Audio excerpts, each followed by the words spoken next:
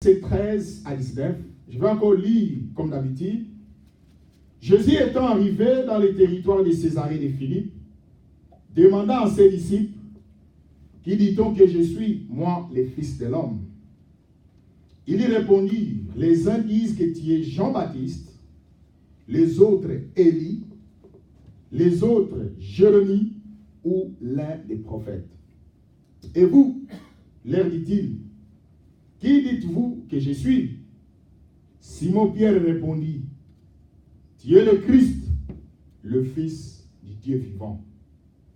Jésus reprenant la parole, lui dit, tu es heureux, Simon, fils de Jonas, car ce ne sont pas la chair et le sang qui t'ont révélé cela, mais c'est mon Père qui est dans les cieux. Et moi je t'ai dit que tu es Pierre, et que sur cette pierre, je bâtirai mon église, et que les portes du séjour des morts ne prévaudront point contre elle. Je te donnerai les clés du royaume des cieux. Ce que tu lieras sur la terre sera lié dans les cieux. Et ce que tu délieras sur la terre sera délié dans les cieux.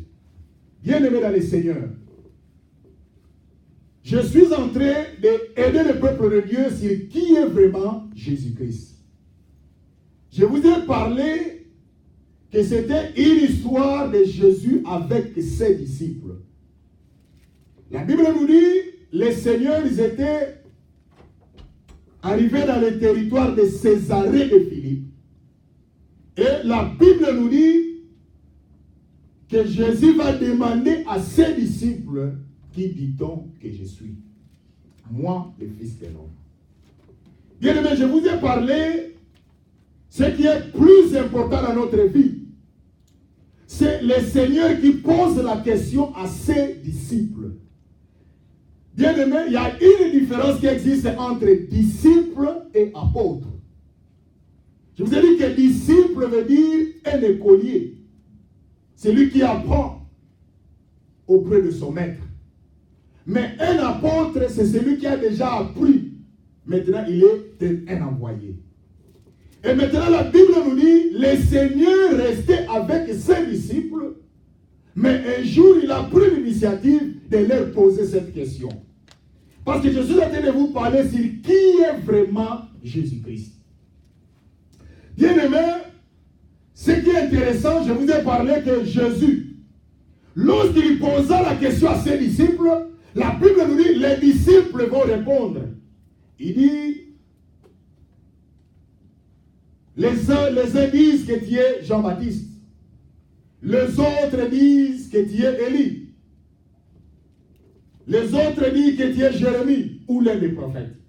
Je vous ai parlé que le Seigneur ne les a pas posé la question. Qui dit-on? Ou que disent les gens à propos des gens qui m'ont précédé? La question était simple. Le Seigneur les a posé la question. Qui dit-on que je suis? Voilà pourquoi, peuple de Dieu, nous sommes ici pour vous enseigner, peuple de Dieu, de comprendre qui est vraiment Jésus-Christ. Et la Bible nous dit, le Seigneur a compris que les disciples, parce que mon disciple veut dire omatetes, un écolier, celui qui apprend auprès de son maître. Mais le Seigneur, lorsqu'il a compris que la réponse n'était pas convenable, la réponse n'était pas cohérente, c'est-à-dire ce qu'il attendait de ses disciples, ce n'était pas ce qu'ils ont répondu. Il dit, les autres disent, les uns disent. C'est ça la réponse des disciples. Bien aimé, je vous ai parlé que les disciples, ils ont fait ce qu'on appelle les prétextes, c'est-à-dire l'échappatoire. Ils répondent à la place des autres. Or, le Seigneur était avec ses disciples. Il posa la question à ses disciples.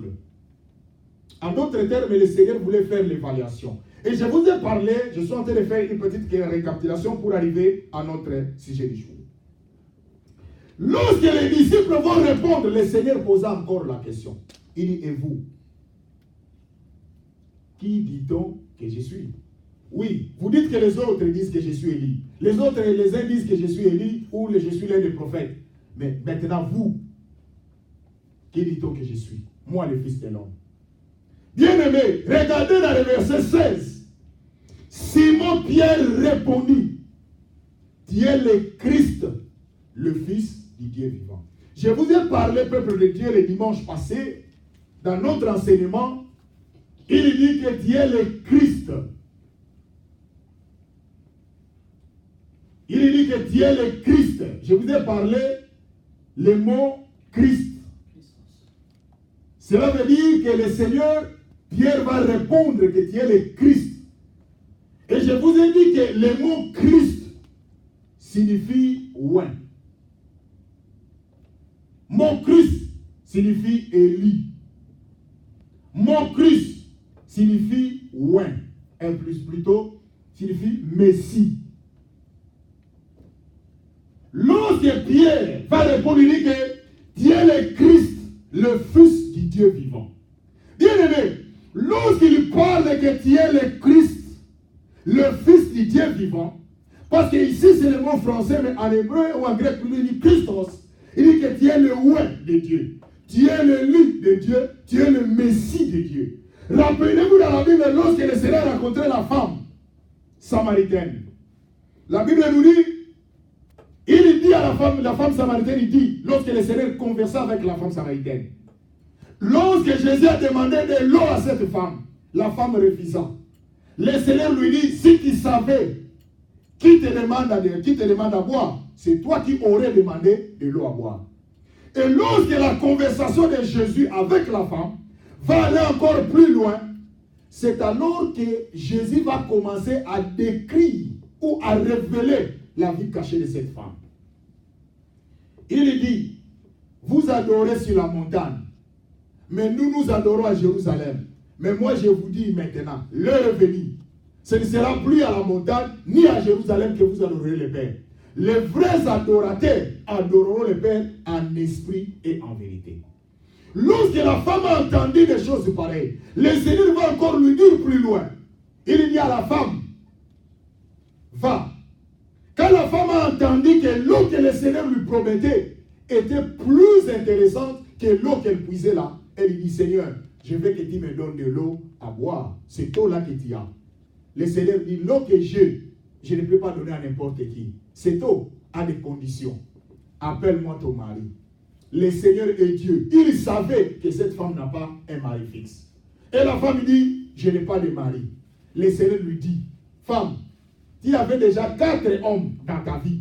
Et maintenant, tu as le 5e homme avec toi. Et l'homme que tu as avec toi n'est pas ton mari. C'est le mari d'autrui. Et quand la femme a senti que les choses que le Seigneur est en train de faire révéler, la femme a compris qu'elle est en face, pas de n'importe qui, d'une autre personne, de Christos, de Jésus. Il a dit maintenant, si vous regardez dans les textes là, la femme dit, ne serait-ce pas le Messie qui doit venir? Tu n'es pas le Messie qu'on nous a promis que le Messie reviendra. Vous lisez aussi dans les textes, le Seigneur dit, c'est moi qui est le Messie là, c'est moi qui te parle. Bien, mais je vais vous dire, quand Pierre a répondu, il a dit que tu es le Christ, le Fils du Dieu vivant. Pierre vient de faire sortir des choses cachées.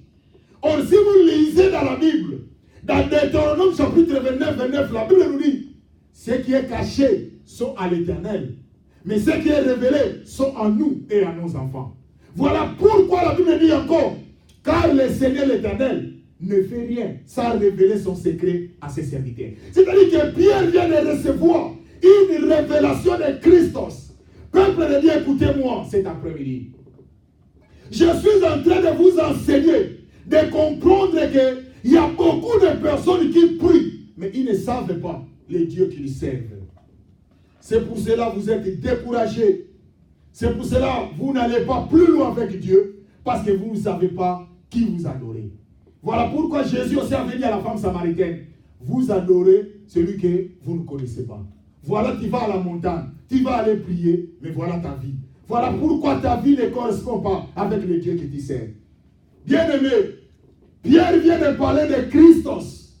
Or, quand on parle de Christos, de Christ, qui veut dire ouais, qui veut dire Élie, qui veut dire Messie. Et je vais vous dire, si nous regardons dans les textes de la Bible, dans le verset 17, Jésus reprenant la parole lui dit, tu es heureux, Simon fils de Jonas, Car ce ne sont pas la chair et le sang qui t'ont révélé cela, mais c'est mon Père qui est dans les cieux. Dis, mais pourquoi le Seigneur va intervenir dans le verset 17? Parce qu'il a compris que ce nom que Pierre vient de faire sortir, c'est une grande révélation. Qu'est-ce que cela veut dire? Or, si vous regardez le mot Christos, je vous ai parlé de ce mot Christos. Si vous regardez, je vous ai dit, peuple de Dieu, il y avait la révélation. Il y avait la gloire. Et il y avait l'humiliation. Dans le mot Christos. Donc, qu'est-ce que le Seigneur voulait dire? Lorsque Pierre va faire sortir ce mot, il dit, tu es le Christos. Il dit que tu es le Christ, le Fils du Dieu vivant. Il veut montrer que toi là, tu vas vivre la gloire et tu vas vivre aussi l'humiliation. Or, la gloire, je vous ai dit que c'est la résurrection.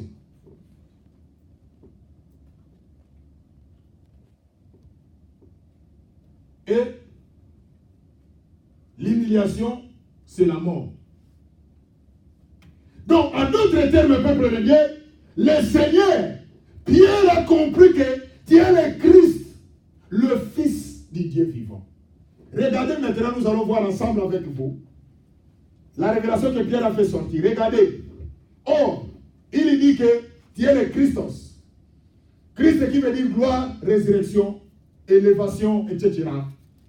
Christ qui veut dire l'humiliation, la mort, l'opprobre, etc. Mais ce qui est curieux, comment une personne peut être le Christ? En d'autres termes, Pierre vient de révéler que le Seigneur avait deux natures. Il avait la nature. Ici, c'est la nature humaine. Ici, c'est la nature divine. Bien-aimé, lorsque le Seigneur demande à ses disciples, qui dis-tu que je suis? Moi, le Fils de l'homme. Pierre dit que tu es le Christ, le Fils du Dieu vivant. Donc, Pierre vient de révéler que tu es celui qui va mourir et tu es celui qui va ressusciter. Or, en d'autres termes, Pierre vient de révéler deux natures de Dieu. Il révèle que Jésus avait deux natures en lui. Il avait la nature humaine et la nature divine. Nous allons démontrer selon la Bible. Nous lisons ensemble avec vous. 1 Jean,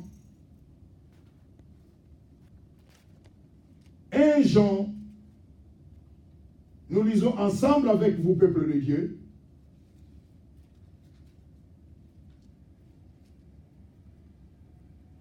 Jean, chapitre 5, verset 20. Regardez ensemble avec vous. 1 Jean 5, 20. Il dit, nous savons aussi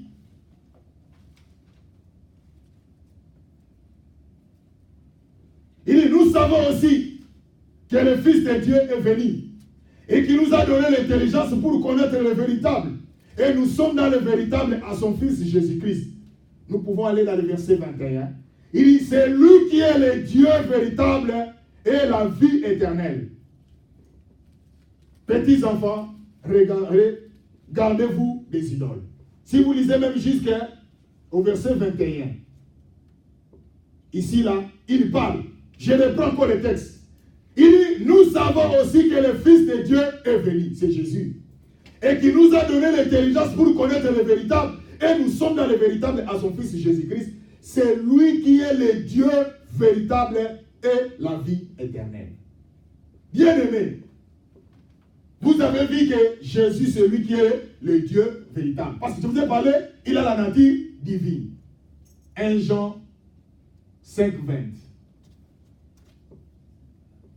Et, bien-aimé, et deuxièmement, Christ qui veut dire l'humiliation, la mort.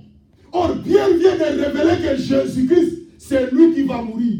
Et je vous ai parlé, ne peut mourir celui qui a la nature humaine. Nous allons le lire ensemble dans 1 Timothée chapitre 2, verset 5. 1 Timothée 1 Timothée